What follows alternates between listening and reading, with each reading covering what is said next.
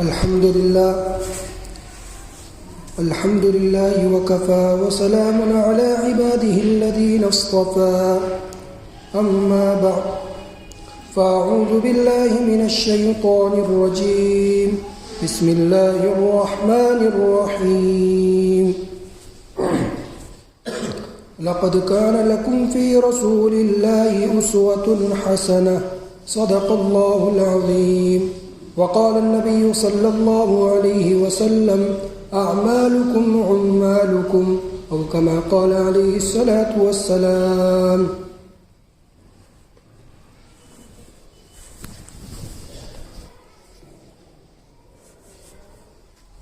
محترم مصلیان کرام اور عزیز بزرگوں،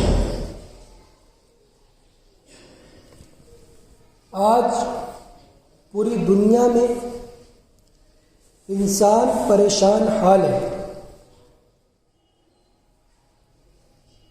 اور اس کی بنیادی وجہ یہی ہے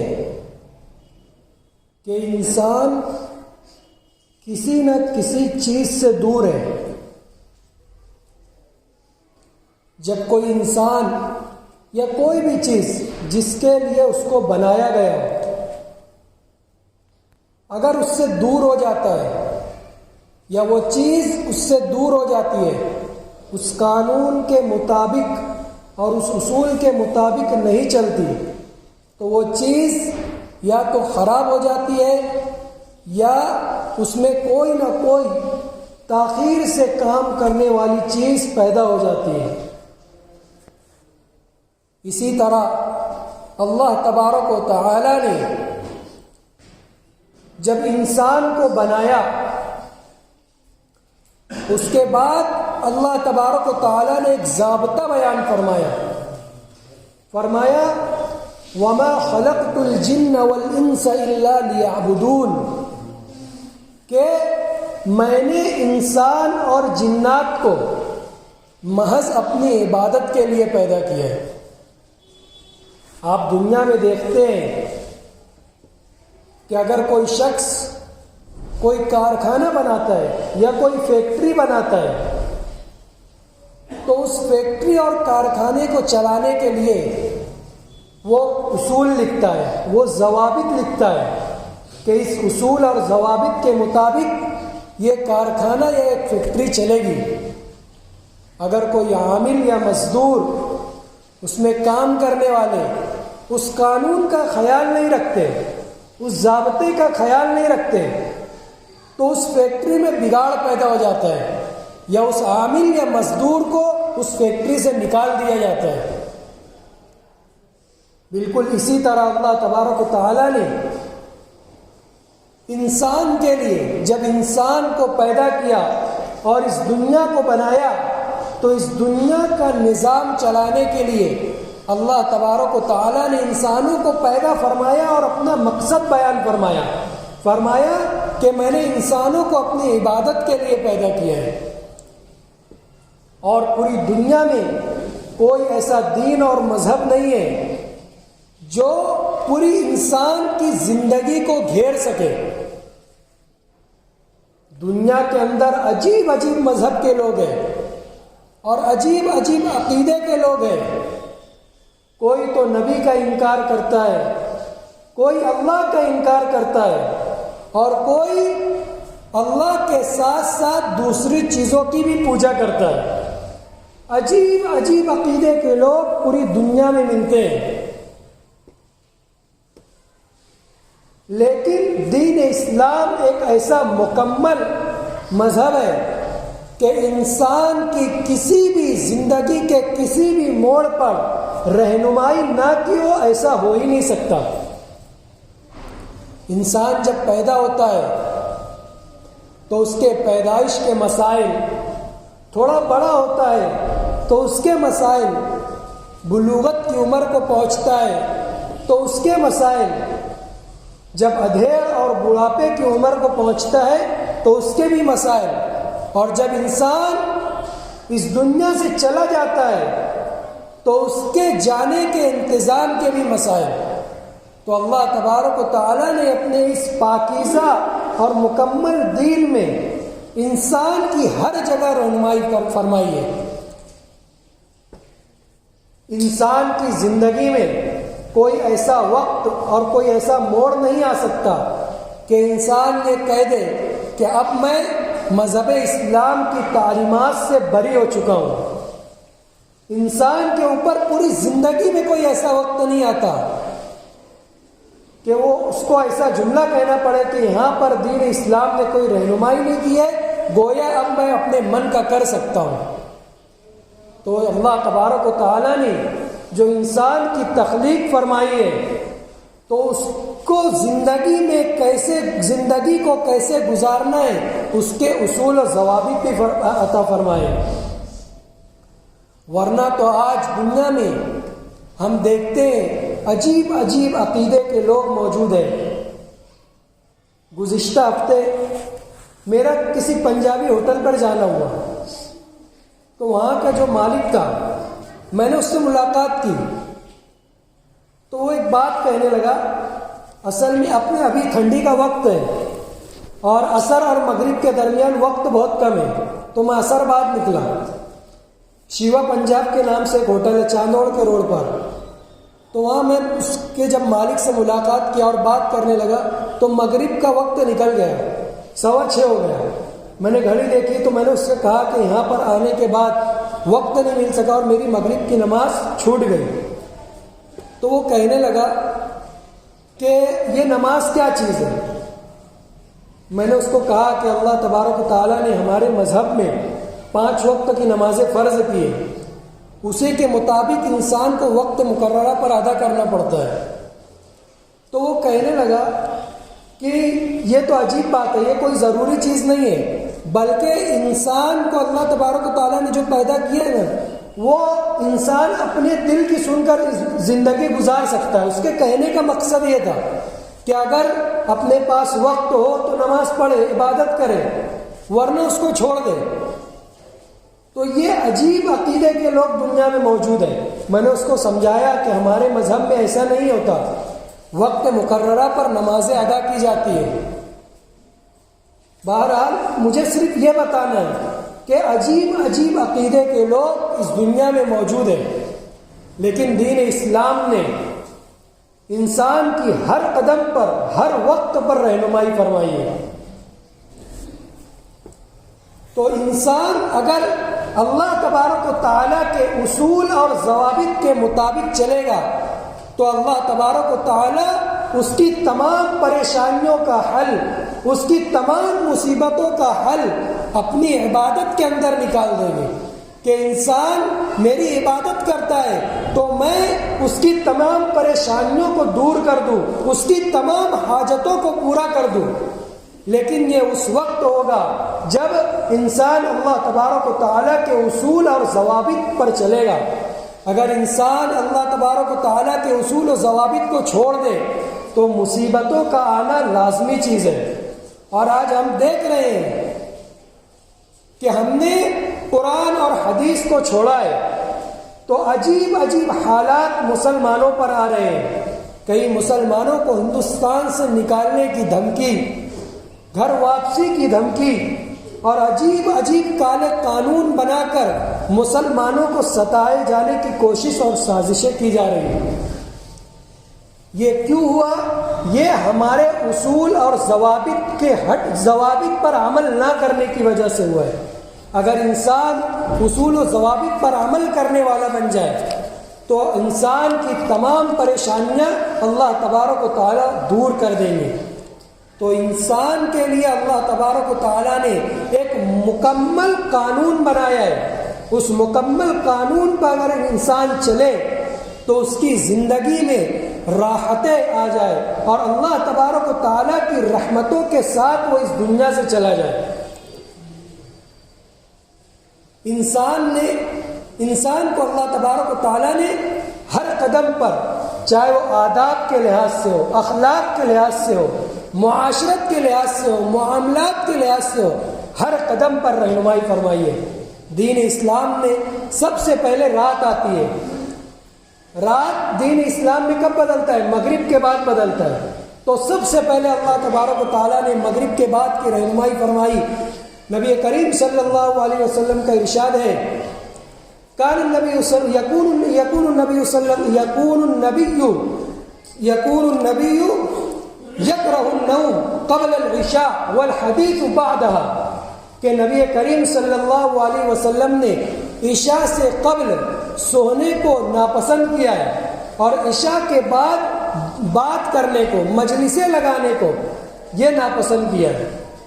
نبی کریم صلی اللہ علیہ وسلم کی تعلیم ہے کہ کوئی شخص عشاء کے بعد مجلسیں نہ لگائے اور بات گوئی نہ کرے، لیکن آج ہم دیکھتے ہیں کہ عشاء کا وقت جب ہوتا ہے ہم اپنی تمام مجلسیں، اپنی تمام میٹنگ وغیرہ عشاء کے بعد رکھتے ہیں۔ ہوٹلوں کو آباد کرنا ہے تو ہم عشاء بعد کرتے ہیں، باتوں کی لمبی لمبی محفل لگاتے ہیں تو عشاء بعد لگاتے ہیں، حالانکہ نبی کریم صلی اللہ علیہ وسلم کی تعلیم ہے کہ نبی کریم صلی اللہ علیہ وسلم عشاء کے بعد بات کرنے کو ناپسند کرتے ہیں۔ یہ الگ بات ہے کہ اگر کوئی تعلیم حاصل کرنے کے لیے یا کوئی اہم مقاصد کے لیے جاگ رہا ہو تو اس کی گنجائش ہے۔ آج ہم دیکھ رہے ہیں پولیس کی طرف سے سختی آئی ہے کہ عشاء کے بعد 11 بجے کے بعد اپنی تمام دکانیں لوگ بند کر دیں اور تمام لوگ سو جائے، اپنی تمام معاملات ختم کر دیں، تو اس پر ہم عمل کر رہے ہیں۔ آپ دیکھ رہے ہوں گے کہ واٹس ایپ پر ابھی اپنے سلام چاچا روڈ کا ایک ویڈیو وائرل ہوا ہے، رات کے 12 بجے کے بعد کا، پورا روڈ سنسان پڑا ہوا ہے، کوئی دکھائی نہیں دے رہا، ایک دکان کھلی ہوئی ہمیں نظر نہیں آتی۔ کس وجہ سے؟ کہ پولیس کی طرف سے سختی ہے، اور دوسری طرف ہمارے اور آپ کے آقا نبی کریم صلی اللہ علیہ وسلم نے ارشاد فرمایا کہ تم عشاء کے بعد بات نہ کرو اور اپنے گھروں میں جا کر سو جاؤ، تو اس پر ہم نے عمل نہیں کیا، لیکن پولیس کی طرف سے جب سختی آئی تو ہم نے اس کو مان لیا۔ اگر ہم شریعت کی تعلیم کے مطابق اور نبی کریم صلی اللہ علیہ وسلم کی بتائی ہوئی تعلیم کے مطابق چلتے تو ہم پر یہ حالات بھی نہیں آتے، اور نبی کریم صلی اللہ علیہ وسلم کی بات ماننے کے اوپر اللہ تبارک و تعالی ہمیں بڑے اجر و ثواب سے نوازتا۔ ہم پولیس کی سختی کو ہم پولیس کی بات کو مان رہے ہیں، اللہ تبارک و تعالیٰ کی طرف سے ہمیں کوئی اجر و ثواب کا وعدہ نہیں ہے۔ اگر ہم نبی کریم صلی اللہ علیہ وسلم کی بات کو مان کر عشاء کے بعد تمام معاملات کو ختم کر دیتے اور بات کوئی کی مجلسوں کو ختم کر کے ہم اپنے گھروں میں آرام کر لیتے تو اس پر بھی اللہ تبارک و تعالیٰ کی طرف سے ہمیں اجر و ثواب سے نوازا جاتا۔ تو شریعت نے ہمیں پہلی رہنمائی فرمائی کہ تم جلدی سو جاؤ۔ اس کے بعد سونے کے عادات کے اندر بھی نبی کریم صلی اللہ علیہ وسلم نے رہنمائی فرمائی کہ جب تم سونے لگو تو دعاؤں کا اہتمام کرو، اور سونے سے قبل اپنے دل کو صاف کر لو کہ ہر کسی سے اپنا دل ایک دم کینا کپڑ سے بالکل صاف ہو جائے، اس کے بعد تم سو جاؤ۔ حضرت انس رضی اللہ تعالی عنہ کی روایت میں ہے کہ ایک مرتبہ میں اور حضرت عبداللہ بن عمر رضی اللہ تعالی عنہ نبی کریم صلی اللہ علیہ وسلم کے پاس تشریف فرما تھے۔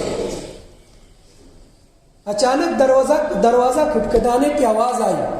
نبی کریم صلی اللہ علیہ وسلم نے ارشاد فرمایا کہ دروازے پر وہ شخص ہے کہ جس کے لیے اللہ تبارک و تعالیٰ نے جنت کی بشارت دے دی۔ دونوں حیران ہوئے۔ حضرت انس رضی اللہ تعالیٰ عنہ فرماتے کہ میں اور حضرت عبداللہ ابن عمر ہم دونوں حیران ہوئے کہ کون سا شخص ایسا ہے جس کو اللہ تبارک و تعالیٰ نے جنت کی بشارت دے دی ہے۔ جب دروازہ کھولتے ہیں تو دیکھتے ایک شخص ہے، وضو کا پانی چہرے سے ٹپک رہا ہے۔ وہ آئے، نبی کریم صلی اللہ علیہ وسلم سے مسئلہ دریافت کیا اور چلے گئے۔ پھر دوسرے دن بھی ایسا ہی ہوا، اسی وقت پر دروازہ کھٹکھٹانے کی آواز آئی اور مجلس میں وہی دو حضرت انس رضی اللہ تعالیٰ عنہ اور حضرت عبداللہ ابن عمر۔ نبی کریم صلی اللہ علیہ وسلم نے واپس وہی جملہ فرمایا کہ دروازے پر وہ شخص ہے کہ اللہ تبارک و تعالیٰ نے اس کو جنت کی بشارت دے دی ہے۔ تو حضرت انس دروازہ کھولتے ہیں، دیکھتے ہیں کہ وہی شخص ہے۔ پھر تیسرے دن بھی یہی واقعہ پیش آتا ہے۔ تو حضرت عبداللہ ابن عمر، یہ حضرت عمر رضی اللہ تعالیٰ عنہ کے لڑکے ہیں، اور یہ سنتوں کے اتنے پابند تھے، بہت زیادہ پابند، نبی کریم صلی اللہ علیہ وسلم کی سنتوں کو ڈھونڈ ڈھونڈ کر کرتے تھے کہ جو چیزیں نبی کریم صلی اللہ علیہ وسلم نے کی ہے میں بھی اپنی زندگی میں وہ چیزیں کر لوں۔ ان کے بارے میں آتا ہے کہ ایک مرتبہ نبی کریم صلی اللہ علیہ وسلم کسی سفر میں گئے اور قضاء حاجت کے لیے ایک جگہ رکے اور وہاں اپنی حاجت کو پورا کیا اور واپس اپنی اونٹنی پر بیٹھ کر سفر کیا۔ تو پھر نبی کریم صلی اللہ علیہ وسلم اس دنیا سے چلے گئے۔ اس کے بعد حضرت عبداللہ ابن عمر اپنے خادم کو لے کر اسی راستے سے سفر کر رہے تھے۔ قضاء کی کوئی حاجت نہیں تھی، نہ پیشاب کی حاجت تھی، نہ پاخانے کی حاجت تھی۔ اپنی اونٹنی سے اترے اور اس جگہ پر جس جگہ نبی کریم صلی اللہ علیہ وسلم نے اپنی حاجت کو پورا کیا تھا اس جگہ اپنی اسی طرح کی حیت کو بنا کر بیٹھا اور تھوڑی دیر بعد اٹھ کر اونٹنی پر بیٹھے اور آگے کا سفر کیا۔ خادم نے کہا کہ آپ نے ایسی چیز کیوں کی؟ حالانکہ آپ کو کوئی ضرورت نہیں تھی، اس کے باوجود آپ اپنی اونٹنی سے اترے اور اس جگہ پر بیٹھے اور تھوڑی دیر بعد واپس اپنی اونٹنی پر تشریف لائے۔ تو فرمایا میں ایک مرتبہ نبی کریم صلی اللہ علیہ وسلم کے ساتھ سفر میں تھا اور نبی کریم صلی اللہ علیہ وسلم کو حاجت پیش آئی، تو اس وقت نبی کریم صلی اللہ علیہ وسلم اسی جگہ اپنی حاجت کو پورا فرمایا اور اس کے بعد آگے کا سفر کیا۔ تو میرا دل یہ چاہتا تھا کہ جو نبی کریم صلی اللہ علیہ وسلم کی حرکت ہے اور جو سنت ہے اس پر میرا بھی عمل ہو جائے۔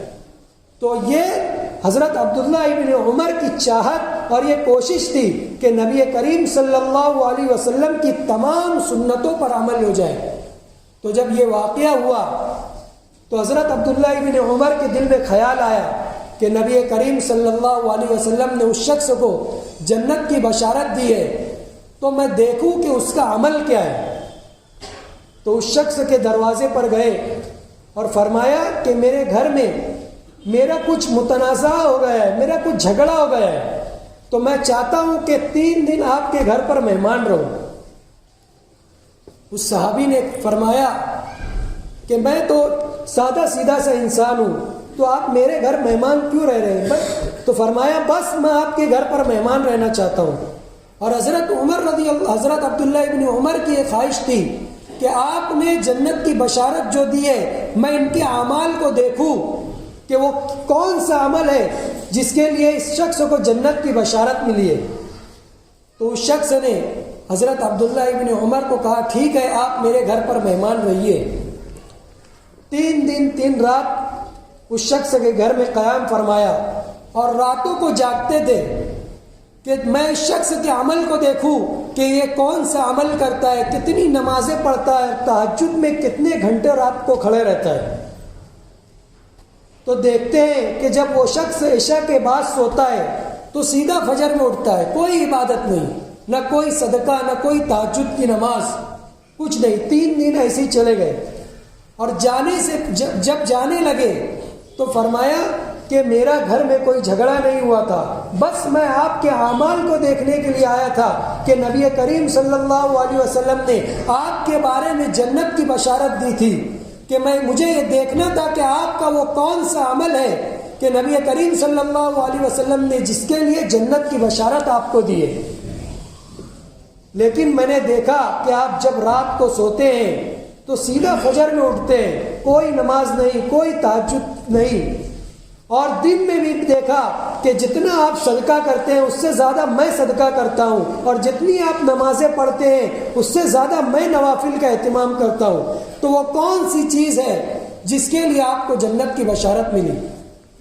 فرمایا میرے پاس تو ایسا کوئی عمل نہیں، اور غربت کا یہ حال ہے کہ میں آپ سے زیادہ صدقہ بھی نہیں کر سکتا، اور میں کوئی تہجد گزار بھی نہیں ہوں، لیکن ایک چیز میرے اندر ہے کہ میں جب رات کو بستر پر آتا ہوں تو اپنے دل سے یہ پوچھتا ہوں کہ تیرے دل میں کسی کے لیے حسد اور کسی کے لیے بغض اور کینہ ہے یا نہیں؟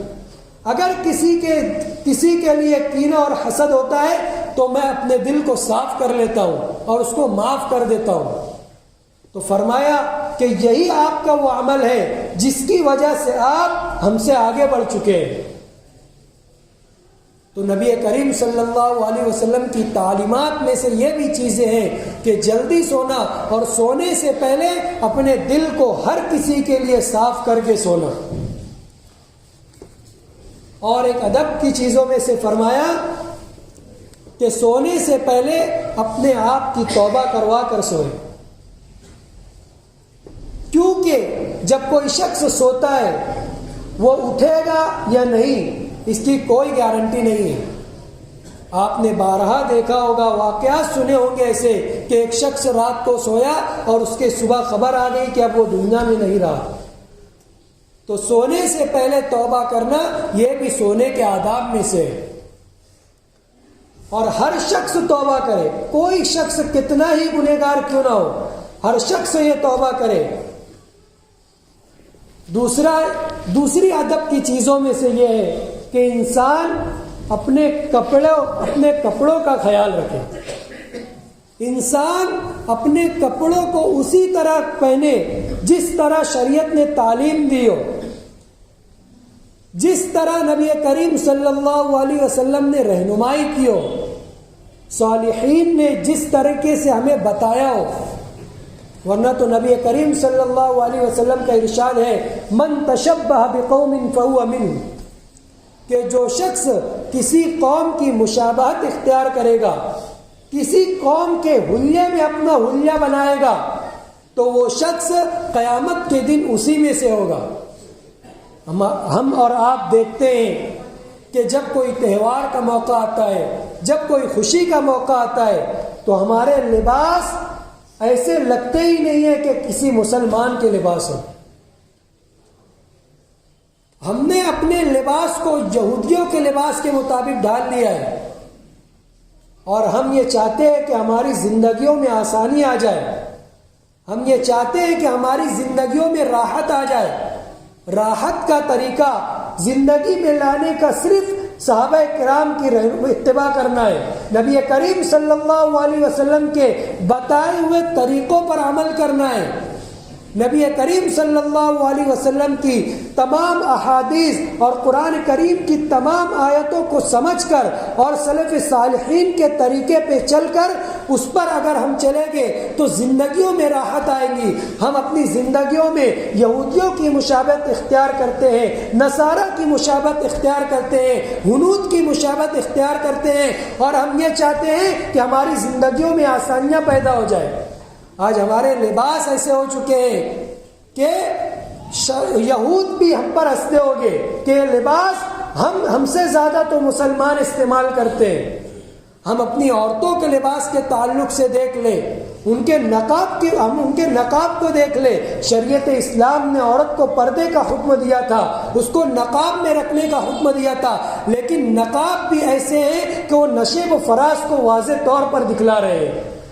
ہم اپنے گھر کے ذمہ دار ہیں. ہم اپنی عورتوں کو یہ سمجھا سکتے ہیں کہ تم اپنے لباس کو تبدیل کرو، اپنے لباس کو صحیح کرو، اپنا نقاب ایسا بناؤ کہ اس میں نشیب و فراز کی وضاحت نہ ہو سکے.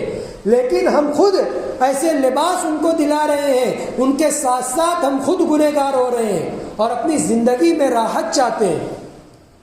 راحت اگر ہم چاہتے ہیں تو ہمیں نبی کریم صلی اللہ علیہ وسلم کی تعلیم پر عمل کرنا ہوگا. ہم نے اپنی تہذیب اور تمدن کو یہود و نصارہ کے مطابق گزارنا شروع کر دیا ہے. ہم نے اپنے لباس کو یہود و نصارہ کے مطابق ڈھالنا شروع کر دیا ہے. یہود و نصارہ کا یہ اعلان ہے کہ آزادی نسواں، وہ آزادی نسواں کا نعرہ لگا رہے ہیں کہ ایک مرد جس طریقے سے آزاد گھوم سکتا ہے، جس طریقے سے ایک مرد آزادی کے ساتھ زندگی گزار سکتا ہے، گھر کے باہر جا سکتا ہے، سیاسی کام اور ملی کام کر سکتا ہے، اسی طرح وہ آزادی نسواں کا نعرہ لگا کر یہ کہہ رہے ہیں کہ ایک عورت بھی یہ کر سکتی ہے. ان عقل کے اندھوں کو اتنا بھی نہیں پتا کہ اگر اللہ تبارک و تعالیٰ نے انسان کو جو پیدا کیا ہے اور انسان کو پیدا کرنے کے بعد ایک مرد کی حیت کو الگ بنایا ہے، ایک عورت کی حیت کو الگ بنایا ہے، اگر آزادی نسواں کا نعرہ لگا کر یہ لوگ یہ ثابت کرنا چاہ رہے ہیں کہ ایک مرد جو کر سکتا ہے وہی ایک عورت بھی کر سکتی ہے، تو اس سے زیادہ بری بات کوئی ہو نہیں سکتی، اس سے زیادہ بے عقلی کی بات کوئی ہو نہیں سکتی، اور اس سے زیادہ بے وقوفی کی بات کوئی ہو نہیں سکتی۔ اگر انسان یہ چاہتا ہے کہ اس کی عورت کا لباس ایسا ہو جس میں اس کا نشیب و فراز واضح ہو، تو یہ آزادی نسواں نہیں ہے، بلکہ یہ تو انسان ایک مرد کی آزادی ہے۔ ایک عورت اگر اپنا لباس کو ایسا پہنے جس میں اس کا نشیب و فراز ظاہر ہوتا ہے تو اس میں مزے کس کو آئیں گے؟ ایک مرد کو مزے آئیں گے، وہ تو دیکھ کر خوش ہوگا، اس کی نظریں خراب ہوں گی۔ اور یہ لوگ آزادی نسواں کا نعرہ لگا کر ایک مرد کے لباس میں عورت کو انہوں نے ڈھال دیا ہے، آزادی نسواں کا نعرہ لگا کر اپنے گھر سے نکال کر ہوٹلوں میں کام کرنے کے لیے لگا دیا ہے۔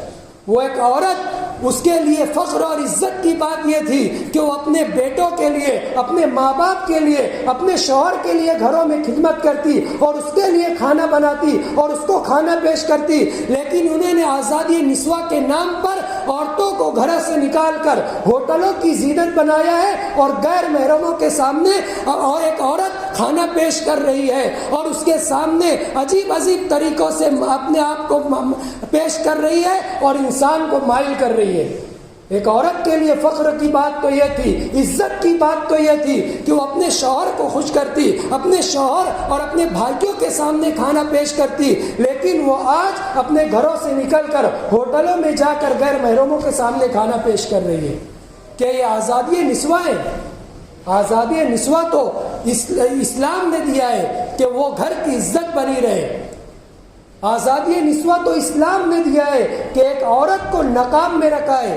جب کسی چیز کی انسان کو قدر ہوتی ہے تو اس چیز کو انسان حفاظت کے ساتھ اپنے گھر میں، اور گھر میں بھی حفاظت کے ساتھ اپنی تجوری کے اندر رکھتا ہے اور اس میں لاک لگا کر رکھتا ہے کہ اس چیز تک کسی کی پہنچ نہ ہو سکے۔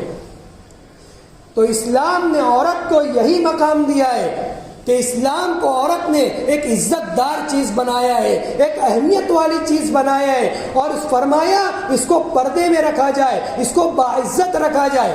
لیکن ہم نے یہود و نصارہ کے طریقے پر چل کر ہم نے اپنی عورتوں کو ایسا لباس دلایا ہے کہ یہود اور نصارہ بھی شرما رہے ہیں کہ ہم نے تو یہ لباس مسلمانوں کے اندر گھول کر پلا دیا ہے، ہمارا مقصد آج پورا ہو رہا ہے۔